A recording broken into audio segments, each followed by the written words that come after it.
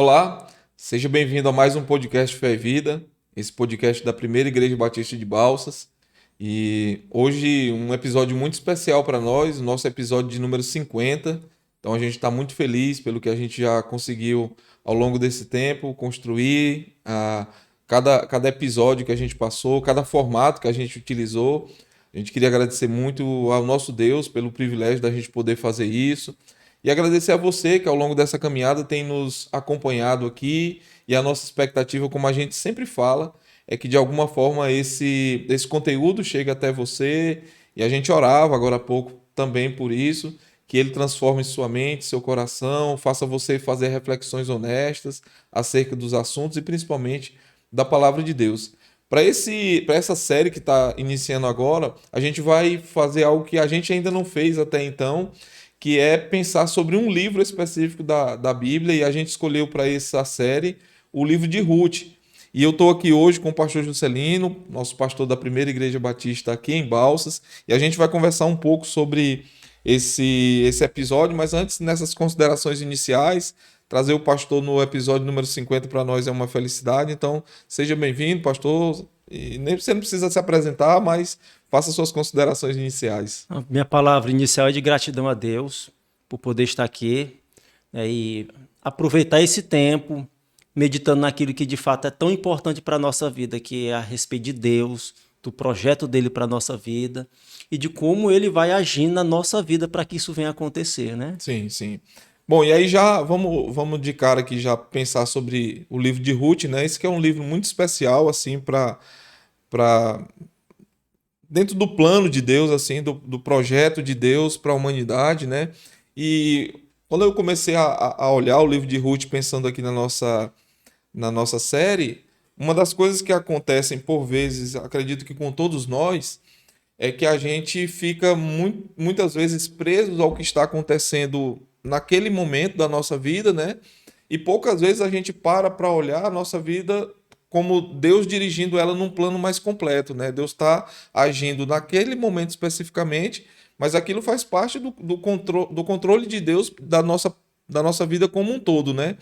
E por vezes, por nós estarmos tão focados no hoje, no agora, e desfocados dessa vontade de Deus, nós acabamos por perder oportunidades, perdermos até mesmo a oportunidade de estarmos mais perto de Deus, de sermos usados por Deus naquele momento ali, mesmo em sofrimento. A gente pode lembrar, por exemplo, que Tiago vai dizer que a gente deve ter alegria em meio aos momentos difíceis, né, quando a gente passar por provações.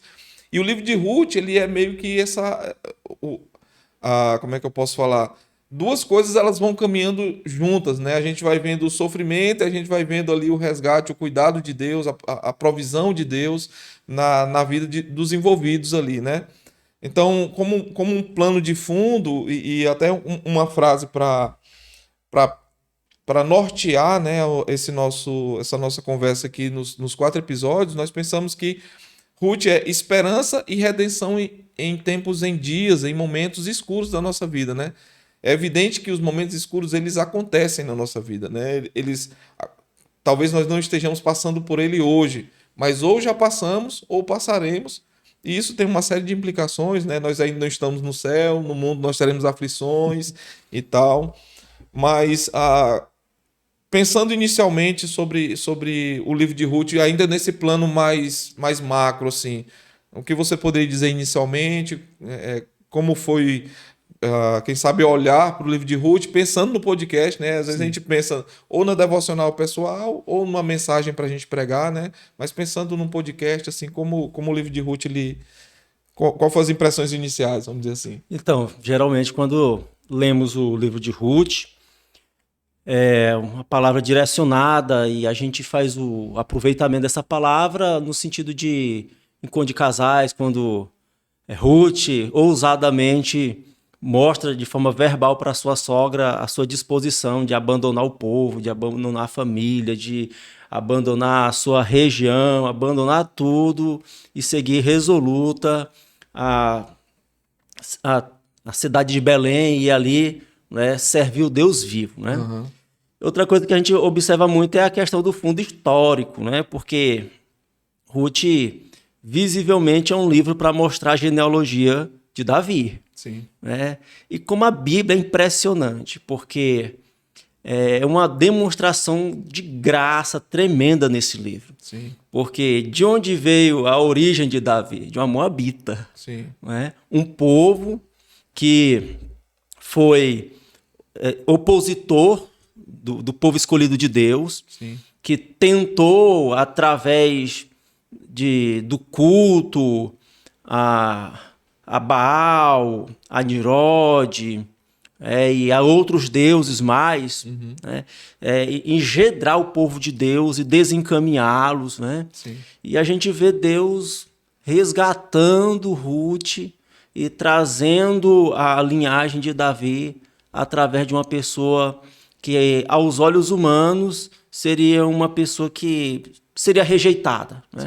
Sim. É uma pessoa que nós não, obviamente, olhando no sentido humano, a gente não iria colocar dentro do propósito de Deus, mas é dessa forma que Deus age. Sim. Outra coisa assim que é muito importante a gente observar dessa questão de fundo histórico era a situação.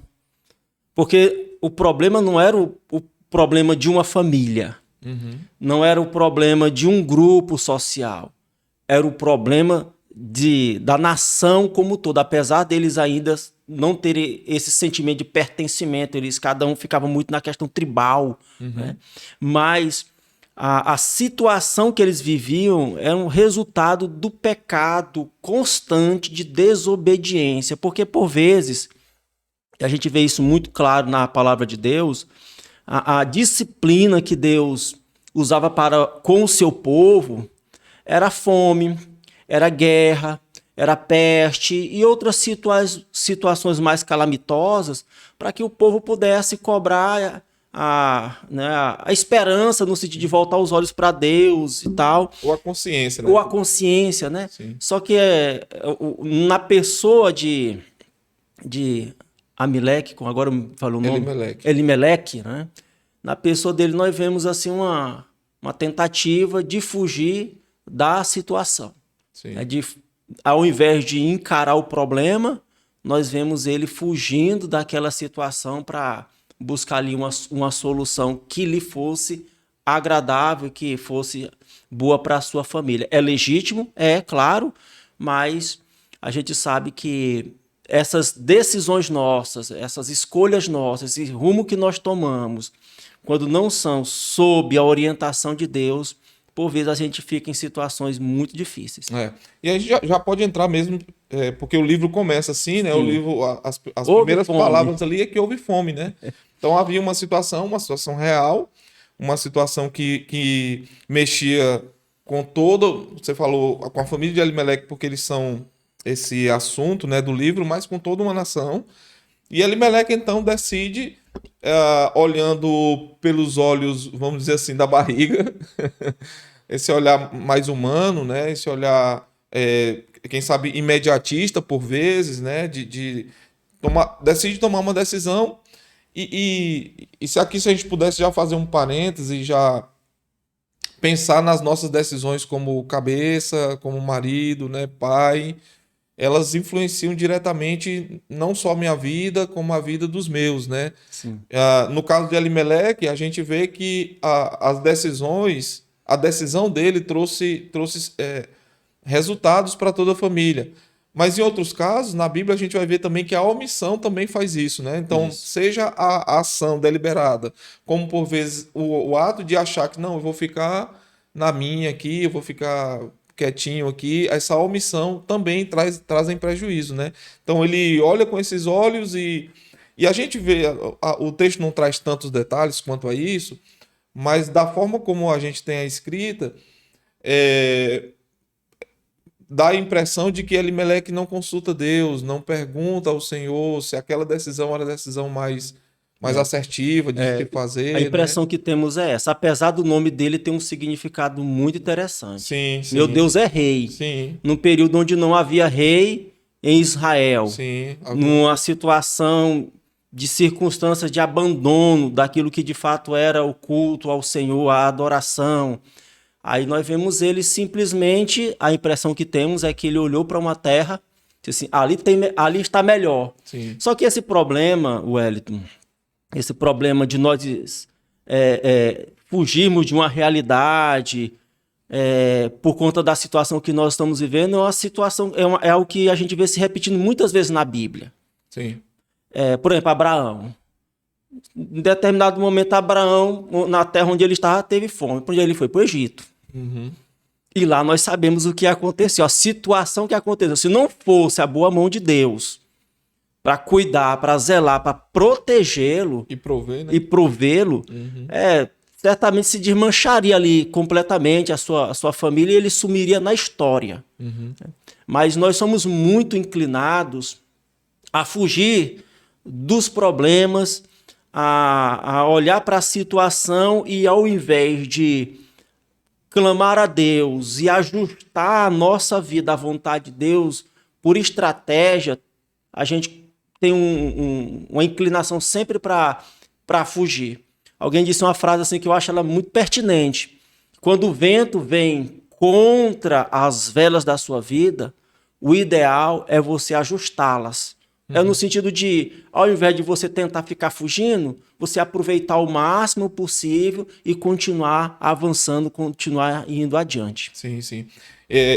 Ainda não passando desse ponto aqui, e quero ouvi-lo sobre isso, sobre como cabeças do lar, como maridos. Eu acredito que essa seja algo que a gente não pode deixar passar desapercebido aqui, porque o desenrolar da história tem muito a ver com isso. É evidente que num plano maior tem a ver com a vontade de Deus, né, em cada aspecto, mas tem a ver ali com essa responsabilidade do homem, e no caso de Elimeleque, das decisões e de como ele expõe a sua família a um lugar, a um povo, a uma situação. Seus filhos, inclusive, vão lá, se casam com mulheres distantes do arraial de Deus. Pela bondade de Deus, aconteceu o que aconteceu com Ruth, mas poderia ter sido muito pior. Sim. E de fato foi, porque ele morre, os filhos morrem e fica a mulher e 2 noras sem ninguém. E no caso de Ruth, de Noemi, numa terra distante, né? Sem parentes, sem alguém que pudesse ser esse suporte, né? Então, vamos explorar um pouquinho essa ideia aqui. Sim. Da responsabilidade do marido, do cabeça do lar. Isso foi instituído desde Gênesis, quando Deus vai lá e dá ordem para Adão, e durante todo o desenrolar bíblico a gente vai vendo como Deus dá e seremos cobrados por isso, né? Perfeito. Olhar esse ponto da meditação é muito importante, porque as nossas decisões, elas têm consequências. Sim. Por mais de 20 vezes, parece-me que por 26 vezes no livro de Ruth é mencionado a palavra Deus, o nome Deus, ou um correspondente. Uhum. Então, obviamente, esse livro, apesar de ser pequeno, ele tem uma ênfase na pessoa de Deus. Elimeleque, ele entra aí de início, mas ele some rapidamente. Sim. Visivelmente não é protagonista. Sim. Ele é alguém que inicia como pai de família, que conduz a sua família a uma região que ele achava que seria melhor para ele, mas ele se perde. Então, quando a gente olha para toda essa situação como pai de família, e certamente muitas pessoas estão nesse perfil, que participam desse podcast, né, que assistem, eles sabem que há momentos que nós temos que tomar decisões dificílimas. A grande questão é, Deus está nas nossas decisões? Nós estamos sendo guiados, orientados, ou estamos fazendo apenas pela a nossa vista, pela nossa maneira de escolher? E aí eu volto a dizer, essas coisas se repetem demais na Bíblia, porque a gente vê Ló, de onde surgiu os Moabitas, do incesto de Ló com a sua filha mais velha. Sim. No momento qual ele se separou de Abraão, ele olhou as campinas verdejantes de Sodoma e Gomorra, né, daquela região toda. E aí nós precisamos, obviamente, nas nossas decisões, colocar Deus, pedir a orientação dele e nos mover na certeza que ele está conduzindo a nossa vida. Se nós não temos certeza, a melhor maneira é permanecer onde nós estamos. Porque a grande questão não é o lugar, Não é o lugar. É a presença de Deus. Não importa se era lá em Moabe, se era lá no Egito, se era de repente ali em Belém, que é a cidade da qual Ruth, aliás, qual Noemi sai com sua família, né, com Elimeleque. A grande questão é, Deus está na minha vida? Porque se Deus está na minha vida e eu estou, e nós estamos em obediência a Ele, o local vai ser insignificante. Não vai ter aquela preocupação nossa, porque o centro da vontade de Deus sempre vai ser o melhor lugar para nós estarmos. Até ouvi uma frase que fala algo do tipo assim, que Elimeleque preferiu a bênção, né, vamos botar entre aspas, a abundância longe de Deus, do que esse sofrimento perto de Deus, né? Então como o nosso coração é enganoso, né, e tendencioso ao pecado, e como às vezes a gente está muito focado nessa questão da beleza, né, da estética, né, como você citou aí o exemplo de Ló. Às vezes nós estamos muito focados nessa questão estética e esquecemos de focar, né, de que mesmo nas situações difíceis Deus está agindo, né? Deus não está, como é que eu posso dizer, ali sendo espectador. Sim. Não, Deus está agindo. Deus não está sentado numa poltrona dizendo assim, vou ver lá o que vai acontecer, né? Deixa aí, até como aquela música, deixa a vida me levar. Deus não está falando, Deus não está assim, muito né? interessante, Wellington, isso que você está falando. Porque nós temos uma visão, quando eu falo nós, sentido mundo evangélico em geral, sobretudo aqui no nosso país.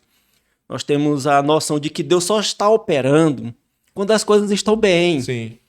Quando a gente consegue o emprego que a gente quer, quando a gente consegue a casa que a gente quer, quando a gente consegue a faculdade. Ou seja, a gente, de alguma maneira, nós linkamos Deus apenas a questão de nos dar aquilo que a gente julga ser de fato bom ou importante para a nossa vida. E quando as coisas não estão aos nossos olhos como deveria estar, Como nós achamos que aí a gente deveria passa estar. assim, Deus se distanciou de nós, ou nós se distanciamos de Deus, né? E isso não é verdade. A grande questão é que Deus, muitas e muitas vezes, vai trazer situações à nossa vida, e a gente tem que entender isso. Que não é propriamente dito aí por um pecado específico, por uma situação específica, mas Deus vai trazer em determinados momentos da nossa vida situações difíceis. Para quê? Para que nós possamos crescer na graça, no conhecimento do nosso Senhor Jesus Cristo. Que nós possamos crescer como comunidade, como igreja, como povo do Senhor. Então, olhando para toda essa situação, nós nunca podemos desvincular a vida espiritual daquilo que Deus está fazendo, quer seja aos nossos olhos bom ou ruim. Porque eu creio que esse foi um dos problemas. Ele olhou, falou, não, Deus não está aqui. Deus está lá em Moabe. Porque a concepção do povo daquela época era de um Deus local. A gente vê isso de forma muito clara com Naamã, o leproso. Sim. E quando está ali com Eliseu, ele disse, deixa eu levar aí, eu não lembro quantas mulas de terra que ele queria levar, né? Sim. Mas ele queria levar um pouco daquela terra, porque ele queria adorar o Deus daquela terra. Sim. Então havia muito essa concepção de Deus dos montes, Deus dos vales, Deus das campinas, Deus de não sei da onde. Nada muito diferente de hoje. Né? Nada muito diferente, né? Mas assim, nós nunca podemos desassociar nossa vida espiritual, a pessoa de Deus propriamente dito, por passarmos por uma luta.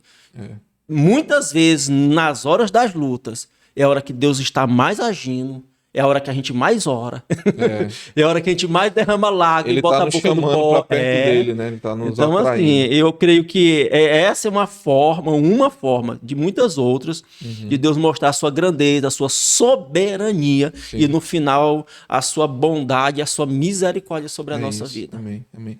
E aí o que acontece? Elimeleque, então, nós estamos ainda ali nos versículos iniciais, né? Então Elimeleque vê a situação, então ele se dirige para Moabe. Chegando lá, depois de algum tempo, seus filhos se casam. E acontece que Elimeleque morre. E depois de alguns anos, seus filhos também morrem. Então, a gente já falou um pouco sobre isso, como as nossas decisões elas vão trazer consequências. Nesse caso aqui, trouxe consequências bem difíceis, né? Você imagina, ao invés de porque Elimeleque morre antes, né? Sim. Então, de repente tem uma mãe, 2 filhos, de repente tem uma mulher e 2 noras, Sim. né? Ali sem muita expectativa. E algo me chama a atenção, porque, de alguma forma, a decisão, a forma como Elimeleque decide, ela se replica em alguma forma na forma como Noemi também toma sua decisão, né? Porque ele sai de lá para Moabe porque ele vê que lá tem suprimento, lá as necessidades dele serão supridas. E o retorno é a mesma É situação, a né? mesma situação. Descobriu que lá tinha pão. Não, opa, o negócio agora tá lá, a benção, e aí a gente pode ligar com o que você acabou de falar, né? Então é como se Deus que estava aqui foi dar uma voltinha, Isso mesmo. esqueceu daqui e voltou e abençoou. Agora eu vou ficar correndo atrás de Deus, porque Deus fica se movendo. Deus fica se movendo e eu, né? Lembra muito algumas situações de gente que não para nas suas igrejas, não para nas suas congregações, porque de repente olha para, né, uma linguagem igrejada, olha para um outro acampamento, ali tem mais bênção, Sim, né? sim. E não entende que Deus ele é soberano sobre a sua igreja e por vezes ele vai fazer com que situações difíceis aconteçam para a igreja crescer, né, na sua graça, na sua misericórdia, né? É. E aí, para mim, assim, eu tava lendo, e até lendo hoje de manhã, na verdade, ouvindo, eu tava indo para o trabalho e ouvindo, botei o áudio do livro e comecei a ouvir, né? E para mim, aqui acontece uma das situações, uma das declarações mais fortes de toda a escritura, assim, sobretudo aqui no Velho Testamento, né, de alguém, porque Noemi então decide voltar e aí ela expõe isso para suas noras, né? Ela chama Malom e Quilion já haviam morrido também, Sim. e ele chama Orfa e Ruth e diz assim, olha, o que está acontecendo? Eu já estou velha, não tem muito mais expectativa, até a gente vê aqui Ruth ao falar, Ruth não, Noemi ao falar sobre isso, estava na mente dela que assim, uma vez que um irmão morreu, o outro viria e assumiria aquela viúva, né? Sim. Mas ela disse assim, olha, não vai rolar, porque mesmo se eu tivesse condição de ter filhos, até que ele chegasse à condição de poder assumir vocês, já não fazia sentido. Então, eu tô decidindo voltar e eu quero liberar vocês, né? Eu quero deixar vocês à vontade aí para vocês resolverem a vida de vocês da forma que for, mas eu vou voltar porque eu tô sabendo que lá tem pão. Então, eu vou suprir aquilo que Até agora ninguém tava pensando em Deus não, aí. Deus tá em algum lugar, não menos comigo. É só... E aí ela decide então voltar e me parece que elas começam aí, a impressão que eu tenho é como se elas começam no caminho, a impressão que a gente tem é essa. E aí no meio do caminho elas param de novo, voltam a conversar e então o Orfa diz, então, eu vou ficar por aqui mesmo, eu não vou fazer esse caminho aí não.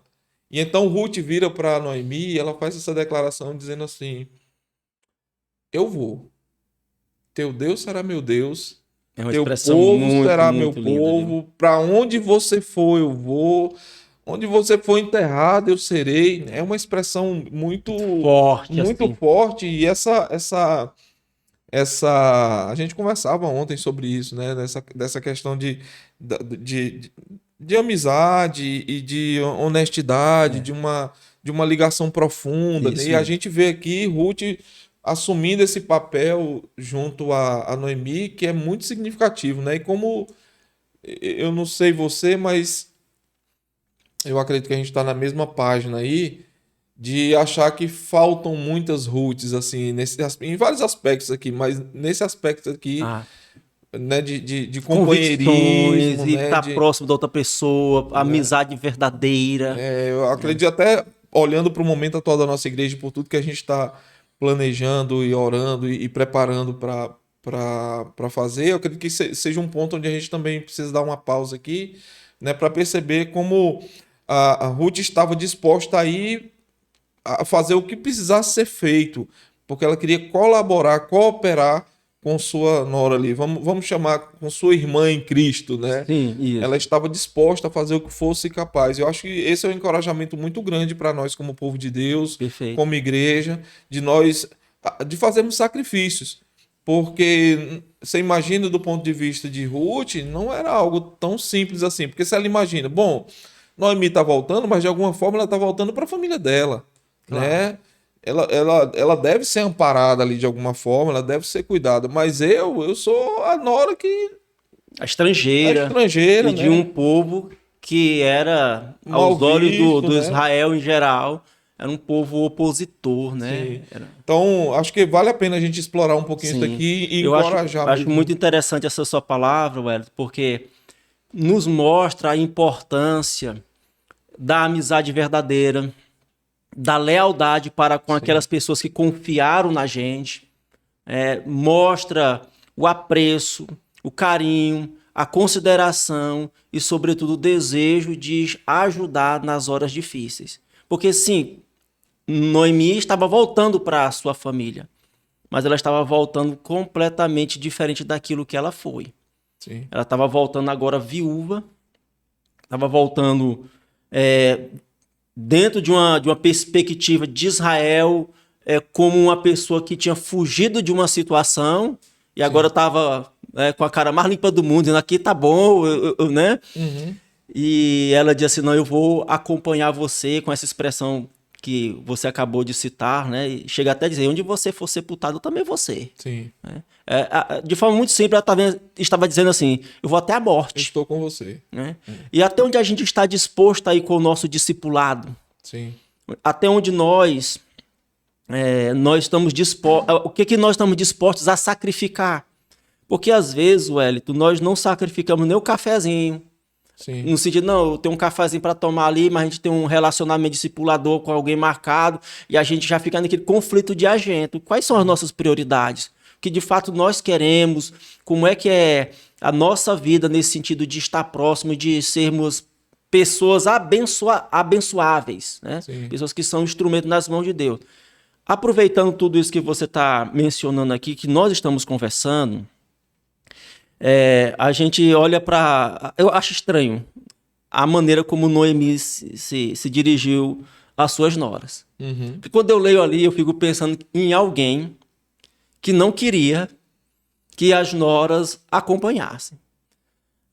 Orfa já fica pelo meio do caminho, né? Uhum. Até assim... No primeiro vento, o órfão já... Representativamente, parece que é aquele camarada que quer muito Deus, quer muito estar na igreja, quer muita espiritualidade, quer isso, quer aquilo outro, mas não está disposto aos sacrifícios. Uhum. Aquela palavra se encaixa muito bem que Jesus mencionou, o que Jesus mencionou, não estás longe da salvação. Mas a gente sabe que essa expressão está dizendo assim, você não está salvo. Porque não tem meio caminho. Sim. Ou está salvo, ou está tá. condenado e pronto. Não tem em cima do muro. Não tem. Então foi a maneira... Jesus diz assim, olha, você não está como deveria estar. Uhum. E a gente vê assim uma tentativa dela de fazer com que elas voltassem, né? E apenas uma volta. E quando ela volta, Orfa, ela, o que acontece? Ela se perde na história. Não se fala mais nada, não se fala absolutamente mais nada sobre ela. Isso tem que nos ensinar a respeito do que de fato nós queremos para a nossa vida. Como é que a nossa história vai ser construída na pessoa de Deus. Como é que a nossa história vai ser construída no sentido de nós marcarmos a nossa geração, de nós mostrarmos o que Deus fez em nós e através de nós. Sim. Porque às vezes nós estamos preocupados, muito preocupados, com as questões daquele momento, daquela ocasião. A gente não está olhando mais à frente, observando o propósito de Deus, né? Noemi também tinha, assim, na minha maneira de enxergar, uma preocupação com o acompanhamento das suas noras, né? Porque o que acontece? Dentro da lei de Israel, havia ali uma determinação de que o povo de Israel não poderia casar com moabitas, eram proibidos por lei, né? Uhum. E depois nós vamos até ver sobre essa questão da graça, um pouco mais à frente, aqui dando um spoiler, né? Sim. Então, talvez, aqui a gente está falando no campo da especulação, ela estava querendo ali esconder o crime, né? Não vou levar você não, porque se eu chegar lá com você, eu vou saber o nosso pecado, a nossa desobediência. Vai ficar evidente, vai né? ficar evidente, né? Uhum. Isso se aplica assim, de uma forma maravilhosa na nossa vida enquanto igreja, em duas situações. A primeira é de querer ocultar os nossos erros, de a gente não ter a coragem diante da igreja ou diante do irmão em Cristo, dizer, não, eu pequei mesmo, orar pela minha vida, eu estou arrependido, eu quero mudar, eu quero isso, eu quero restauração. Né? A gente fica muito naquele negócio de tentar acobertar, né? Colocar um manto, uma capa e dizer tá tudo bem. E nós sabemos, nós, pela própria palavra de Deus e pela própria experiência, de que pecados não confessados, pecados que não têm o arrependimento, que não foram confessados, que a gente não tem uma mudança em relação àquilo, continua trazendo problema para a nossa vida. E Deus vai trazer luz. Justamente. E por outro lado, nessa perspectiva que nós estamos conversando aqui, dessa questão de ocultar, a gente também pode explorar um pouco e mencionar aqui para os nossos ouvintes, né, e aqueles também que assistem, propriamente dito, através do canal, a questão que às vezes a gente cria muita dificuldade para aqueles que querem servir a Deus. Sim. Porque a gente olha a história de Noemi, ela está dizendo, olha, não venham comigo não. É como se ela dissesse assim, olha, eu saí da minha terra com meu esposo, com meus filhos, olha como é que eu estou voltando. Sabe, tem gente que quando fala de Deus é só coisa ruim. E o próprio nome de amarga, né? De amargura, justo. Né? Que aí a pessoa diz assim, mas como é que eu vou seguir uma pessoa dessa, me aproximar de uma pessoa e seguir o Deus dessa pessoa? Então, a gente vê muito isso, pelo menos na leitura que eu faço, de que ela não foi aquela pessoa que disse, o Deus que eu sirvo é o Deus de Israel. Sim. Eu errei. Isso que tem acontecido aqui foi fruto do meu erro. Eu estou voltando para a minha terra, eu estou voltando para o meu Deus, eu estou voltando para o meu povo. Quer acompanhar-me? Lá tem muita coisa para nós. Porque foi essa palavra de Moisés para o seu sogro, que era um pagão, né? Assim, na questão da palavra, era um idólatra, né? E assim, olha, nos acompanhe, porque nós servimos o Deus vivo, ele vai ser bondoso com você também. E aqui nós vemos ela tentando afastar, e eu fiquei pensando, meu Deus, quantas pessoas agem dessa forma porque tiveram experiências dolorosas, não souberam ler o que Deus estava fazendo, não estava tendo essa habilidade, e aí quando alguém fala sobre a questão da vida espiritual, de acompanhar, disso, daquilo, outro, joga um balde de água fria na pessoa. Mas que bom que Deus age, e quando Deus age, né? Parece ser repetitivo o que eu estou falando, mas a ação de Deus na vida, no coração de Ruth, foi algo extraordinário. Sim. Porque, assim, a despeito de todo esse contexto aí, de toda essa tentativa, é evidente que algumas coisas a gente está conjecturando, né? Sim, e tal. Claro. Mas apesar de tudo isso, como o texto vai mostrando que, de fato, ela não está muito entusiasmada em levar suas noras, Ruth não pensa duas vezes, né? Então, essa coisa de que quando Deus age no coração de uma pessoa, transforma. É transformador. É transformador, muda a vida, muda as convicções, muda aquilo que a pessoa está disposta a abrir mão, que ela tá, até onde ela está disposta a ir, como ela vai... como é que eu posso falar? Colocar suas forças, né? Onde ela vai colocar suas forças, recursos, né? Sua mente, sua vida como um todo, né? Sim. E Ruth nos dá uma demonstração muito significativa de como nós devemos agir, né? Já que aconteceu o que aconteceu e por conta de ter acontecido, de quem nós éramos, das situações difíceis que nós nos encontrávamos, na verdade, mortos em nossos delitos e pecados, como Paulo vai bem falar. Quando há essa ação do Espírito, ela deve transformar a nossa vida como um todo e deve nos levar a estarmos dispostos a fazer o que for preciso, né? Deixar quem tiver que deixar, a fim de fazer essa vontade de Deus, né? Isso é muito evidente aí na... Fica muito claro na leitura, porque Ruth, ela podia colocar muitos obstáculos. É distante, 80 quilômetros de distância, né? De Belém para Moabe. Hoje alguém diria que é perto, mas vai a pé. Vai a pé. a questão do próprio povo em si, porque certamente ela tinha sua família, não vou aqui arriscar dizer que tinha pai e mãe, mas tinha certamente primos, tios, Tinha uma não é? família, Mas tinha família. sim. Tinha os deuses dela, ou do povo, propriamente dito, que, de certa forma, era o apego espiritual, né? Era a âncora espiritual dela, né? Tinha ainda o fato de que a sua sogra foi com uma perspectiva e estava voltando sob outra perspectiva, sobre outra situação. Fosse uma punição, um erro. Talvez na cabeça dela, como é que eu vou seguir um Deus que pune. que pune, que isso, que aquilo outro, né? Mas nós vemos o quê? Uma ação, e são duas vertentes aqui. Primeiro, a graça de Deus. Sim. Não tem como olhar para esse livro e não ver a graça de Deus. Porque, olha, ela era uma pessoa que não seria inserida no povo de Israel. E quanto menos ainda na linhagem davídica, né? Que foi aquilo que eu falei de início. Sim. Mas ao tempo dessa graça de Deus, o que eu me espanto assim com essa graça de Deus é porque houve uma resposta à altura. Sim. Levando em consideração todos esses obstáculos, todos esses problemas.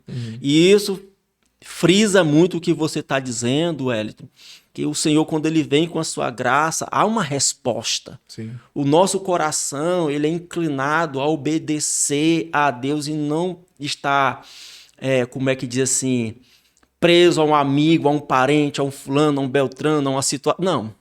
A graça vem, ela inunda o nosso coração. A única coisa que nós fazemos diante dessa graça, obviamente, é a resposta positiva, por fé, né? Sim. Ninguém é salvo sem graça e ninguém é salvo sem fé. Sim. Né? Então, o Senhor opera isso na nossa vida e tem operado muito no coração de pessoas. E nós vemos ali Ruth abandonando os seus deuses, sua família, abandonando tudo e seguindo o Deus de Israel, né? Indo em busca de uma adoração verdadeira, de um Deus verdadeiro, de um povo que conhecia os milagres e a grandeza do Senhor. Né? Então aqui a gente está praticamente encerrando o capítulo 1, né, de Ruth. Então a gente teve uma saída de Elimeleque rumo a Moabe, com uma expectativa humana, com decisões humanas. E aí, ao que parece, os filhos vão na mesma toada, né? Porque aí, quando chegam lá, por uma visão humana, se casam, né? Para atender ali suas expectativas humanas, sem estar muito preocupado com o que Deus pensa sobre as suas decisões. Mas a gente vê que de forma sobrenatural Deus vai conduzindo de volta. Deus vai conduzindo de volta, e é assim que o livro, esse capítulo vai encerrando, né? Às vezes a gente vai... Eu estava pensando sobre o que nós pensamos e como nós agimos quando as coisas não estão tão bem. Sim. Né? Quando as coisas saem do nosso controle, quando elas vão tomando um rumo que talvez não seja o rumo que nós planejamos ou gostaríamos, o que nós fazemos, né? Porque Elimeleque toma essa decisão e, por mais que Noemi, ao que parece, toma a sua decisão de retornar muito semelhante aos motivos pelos quais seu marido, seu antigo marido, né? Seu viúvo, né? O morto ali, Elimeleque toma, mas a gente vai vendo já essa ação de Deus conduzindo, né? O final do capítulo vai dizer assim, que Deus está garantindo, Deus está provendo para aquele povo lá. E eu não tenho dúvida de que em todos esses anos, a gente tem algo aqui, um pouquinho mais de 10 anos, em todo esse tempo Deus continuou provendo para o povo em Belém. Deus não, mesmo naquele tempo de escassez, Deus estava provendo. Sim. Deus continuou provendo e Deus estava provendo naquele tempo. Então, acho que essa mais uma pergunta para reflexão, né? Como a gente toma decisões quando as coisas vão fugindo do nosso controle, né? O que vai movendo o nosso coração, o que nos leva a fazer, ou a falar, ou a ir, né, saindo, né, porque eles de fato têm uma questão física, eles saem, né, sair de onde nós saímos e onde está Deus no meio disso tudo, né? Porque, como a gente falou lá no início da nossa conversa, Elimelec toma uma decisão aparentemente sem consultar Deus, né? Será que por vezes nós também não estamos fazendo coisas semelhantes a essa, tomando decisões e às vezes decisões muito significativas da nossa vida sem consultar Deus, sem saber o que Deus pensa sobre aquilo, quais são as implicações que Deus já escreveu, porque diferentemente desse povo aqui, e não é uma justificativa para Elimelec fazer o que ele fazia, mas diferente dele nós temos toda a escritura na mão, né? Nós temos todo esse conselho de Deus para nos a direcionar a tomar sempre a melhor decisão possível, né? Então, como Existe aquela regra básica na questão do trânsito que se aplica à nossa vida espiritual. Na dúvida, pare, né? Não ultrapasse. Né? Você está no meio do ladeira, você está com dúvida? Não ultrapasse. Você acha que a sua visibilidade ou percebe que está pouco em relação àquilo que está à sua frente? Permaneça onde você está, aguardando o momento certo. Essa sua palavra, na questão já de tom de encerramento, sobre a questão de nós envolvermos Deus nas nossas decisões, colocarmos Ele à frente, não ficarmos tentando fugir de um lado para o outro sem consultar Deus, é muito apropriada para a nossa vida como todo, né? Uhum. E ainda assim, a minha fala aqui de encerramento nesse primeiro capítulo é que Deus é um Deus de recomeços, né? Porque começou o texto dizendo houve fome, e aí Elimelec vai. Mas depois nós vemos Noemi, por situações que nós já mencionamos aqui, ouvindo que havia pão e retornando, né? Mas Deus ele sempre dá uma oportunidade.